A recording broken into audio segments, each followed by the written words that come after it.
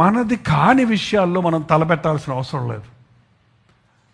ఎవడో ఏదో అన్నాడండి నీ గురించి, అది నీకు తెలిసింది, నువ్వేం చేస్తావు చెప్పు? నీ గురించి చెడ్డగా చెప్పారు, ఎవరో చెప్పుకుంటున్నారో నీకు చెప్పారు, ఏం చేస్తావు చెప్పు? సేపు ఆలోచిస్తారా? ఆలోచిస్తే బాగుంటుంది. ఎప్పుడన్నారు, ఎందుకన్నారు, ఎవరన్నారు కూడా తెలియకముందే నోట్లో నుంచి తీర్పులు వచ్చేస్తాయి. గడగడగడగడ మాట్లాడేస్తాం, అవసరమైతే వెళ్ళిపోతాం వాళ్ళ దగ్గరికి, చక్కబట్టేసుకుంటాం, గొడవ పెట్టేసుకుంటాం. ఏంటండి, ఎవడన్నా ఏదన్నా అనుకుంటే, అది నీలో లేకుంటే, అది బండ అబద్ధం అంటే నువ్వేం చేయాలి తెలుసా?